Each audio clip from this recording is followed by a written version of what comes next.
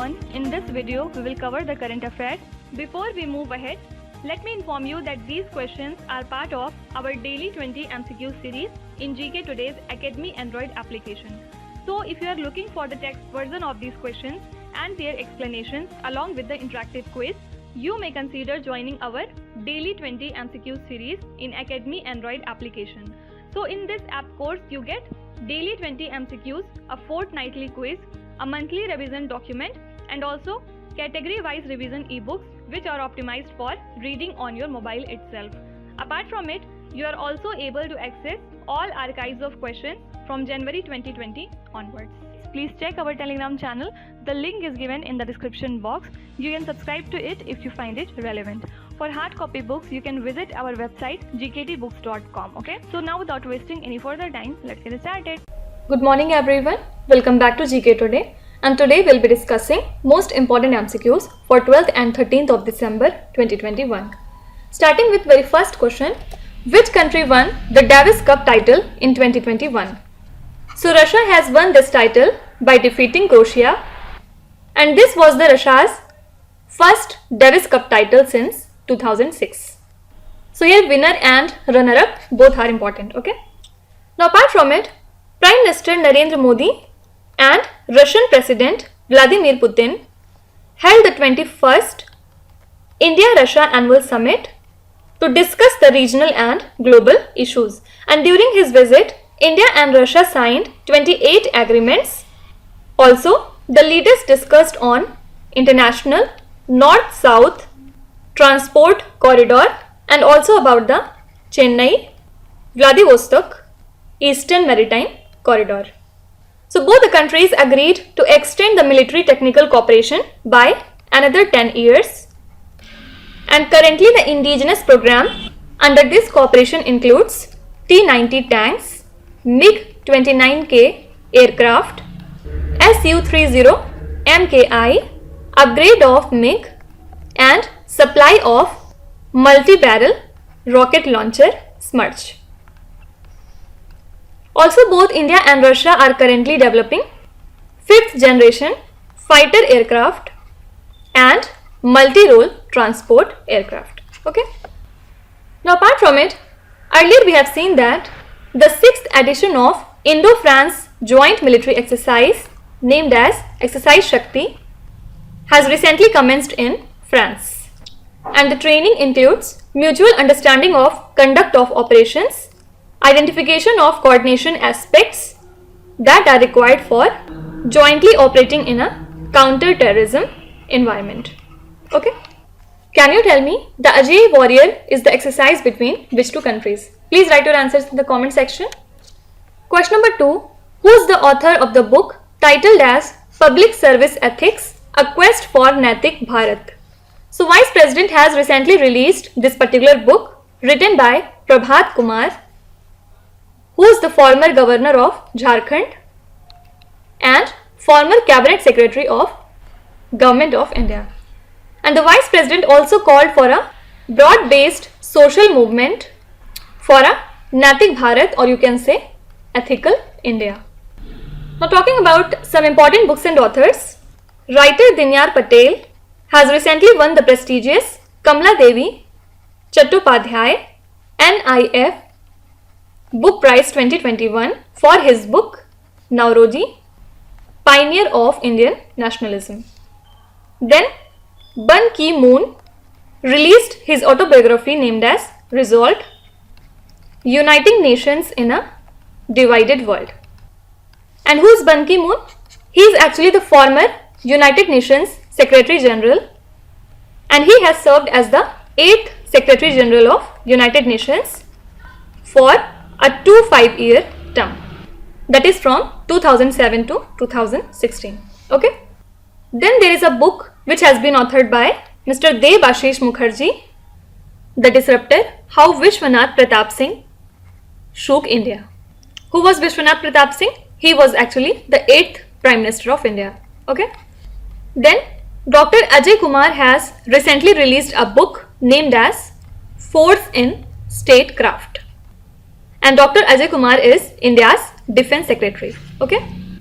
Now, the cinema of Satyajit Ray has been authored by Bhaskar Chattopadhyay. Fine. Question number 3. Sandhayak, first indigenous large survey vessel, was launched by which company? So Kolkata based Garden Reach Shipbuilders and Engineers, that is GRSE, launched the first indigenous large survey vessel named as Sandhayak. And it is the first in the series of 4 ships under the survey vessel project for Indian Navy. And the previous Sandhayak class of hydrographic survey ships were built by GRSE, and the first ship of that class got decommissioned in June 2021. Okay. Now apart from it, Indian Navy has recently commissioned and inducted INS Vela, which is India's 4th stealth Scorpene class submarine built under Project 7.5. Then Defence Acquisition Council has granted the permission for mass production of AK-203 rifles, and the council has also approved an independent satellite for Indian Air Force. So DAC has basically granted approval for manufacturing of 7.5 lakh AK-203 rifles for the Indian Army under Make in India initiative. And the manufacturing of these rifles will be undertaken in Amethi, Uttar Pradesh, jointly by Indo-Russia Rifles Private Limited. Okay. Then INS Vishakhapatnam has been formally commissioned into Indian Navy in the presence of Union Defence Minister Rajnath Singh recently at the Naval Dockyard in Mumbai. And it is a P-15B stealth guided missile destroyer designed by Indian Navy's in-house organization, Directorate of Naval Design, and constructed by Mazagon Dock Shipbuilders Limited, Mumbai. Okay. Also, we have seen that Exercise Dosti is a biennial trilateral maritime exercise between Indian Coast Guard, Maldives and Sri Lanka. And recently it was held in the month of November, and India was represented by Indian Coast Guard vessels Vajra and Apurva. Okay. Question number 4. When is the Indian Navy Day celebrated every year? So every year 4th of December is celebrated as the Indian Navy Day to respect the Indian Navy's counter-attack in Operation Trident during the Indo-Pakistan War in 1971. And this year Navy had celebrated the event under the theme Swarnim Vijay Varsh to commemorate 50th anniversary of India's victory in the 1971 war. Okay. Then International Day of Persons with Disabilities is marked on 3rd of December, and the day is observed to promote the rights and well-being of people with disabilities at every level of society and development. Then Day of Remembrance for all the victims of chemical warfare is observed by United Nations on 30th of November, and the day is marked to pay tribute to all the victims of chemical warfare. Also, the day highlights the pledge taken by Organization for Prohibition of Chemical Weapons to eliminate the threat of chemicals. Okay. Headquarters of OPCW lies in Hague, Netherlands. Then World AIDS Day is observed every year on 1st of December across the world, and the theme for this year was End Inequalities, End AIDS, End Pandemic. Then World Diabetes Day is observed on 14th of November, and the theme for this year was Access to Diabetes Care. If not now, when? Okay. Question number 5. China launched the first cross-border train with which country as a part of the Belt and Road Initiative?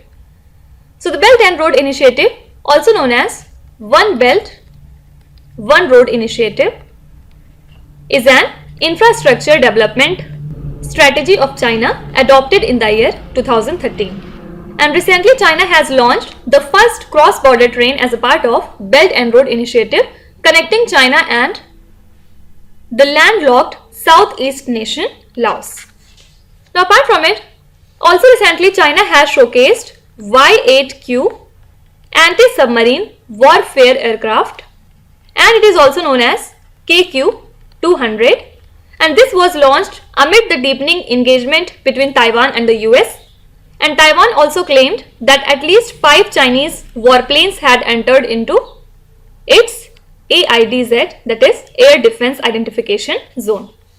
Now apart from it, recently the Australian government has released the draft of Social Media Basic Expectation and Defamation Bill 2021, and the bill aims at holding the social media companies accountable for the content posted on their platforms and protecting the users from trolls. And the reforms will consider the social media companies as publishers, and they can avoid this liability if they provide information so that the victim can identify and begin defamation proceedings against the troll. Now do remember that Wang Yaping has become the first Chinese woman to walk in space as her team completed a 6-hour walk outside the Tiangong space station. Tiangong is actually the latest achievement of China after landing a rover on Mars and sending probe to the moon. And its core module entered the orbit earlier this year, with the space station expected to be operational by 2022. Okay. Question number 6. Who has been chosen for Assam Vaibhav, Assam's highest civilian award in 2021? So Indian industrialist and philanthropist Sri Ratan Tata has been chosen for this particular award for his exceptional contribution towards cancer care in the state. And he was instrumental in constructing 16 hospitals under the Assam Cancer Care Foundation, of which 10 hospitals will be completed by this year and operationalized in April 2022. Okay. Now apart from it, the Indian athlete Anju Bobby George has been named as the Woman of the Year award by World Athletics for encouraging the young Indian girls to take up sports and fight for gender equality. Do remember that she was 2003 Paris World Champion, bronze medalist in long jump. Okay. Then who is the recipient of Indian Film Personality of the Year award at the International Film Festival of India 2021? So this is Hema Malini. Also, a small weavers village in the state of Telangana named as Pochampalli has recently bagged Best World Tourism Village by United Nations World Tourism Organization. Okay. Question number 7. The Prime Minister recently laid foundation stone for Dash, the 8300 crore project to bring down the travel time between Delhi to Dehradun to 2.5 hours. So Prime Minister Narendra Modi has recently laid foundation stone for Delhi-Dehradun Economic Corridor, which would be constructed at a cost of 8300 crore rupees. And this is expected to bring down the travel time between the two places to 2.5 hours from the existing 6 hours. And the corridor would have 7 major interchanges for connectivity, and it would have Asia's largest wildlife elevated corridor for a stretch of 12 kilometers. Fine. Now talking about Delhi, Delhi government has recently started spraying water on roads using anti-smog water tanks, because according to Delhi Pollution Control Committee, air quality index has risen to severe category. Hence government also banned 92 construction sites for violating the norms. Then Government of Delhi has launched Jai Bhim Mukhyamantri Pratibha Vikas Yojana 2021 for the benefit of students belonging to the SC, ST or OBC category. So under this scheme, free coaching classes for needy students who are preparing for UPSC, CDS, NEET or JEE Main examinations would be provided. Now also Delhi government has recently launched Shramik Mitra scheme to ensure that the benefits announced by the government reach to construction workers. So under this scheme, around 800 Shramik Mitras will reach the construction workers at their doorsteps and inform them about the schemes launched by the Delhi government and provide them assistance if required. Fine. Question number 8. Which country has recently signed a deal with France to acquire 80 Rafale fighter jets? So UAE has entered into an arms deal amounting $19 billion for procurement of 80 fighter jets and 12 military helicopters for its armed forces. And this deal is seen as the largest overseas sale of Rafale jets by France, and it is expected to directly support nearly 7,000 jobs in France. Now last month, UAE organized the annual meeting of the Board of Governors of Asian Infrastructure Investment Bank on the theme Investing Today and Transforming Tomorrow.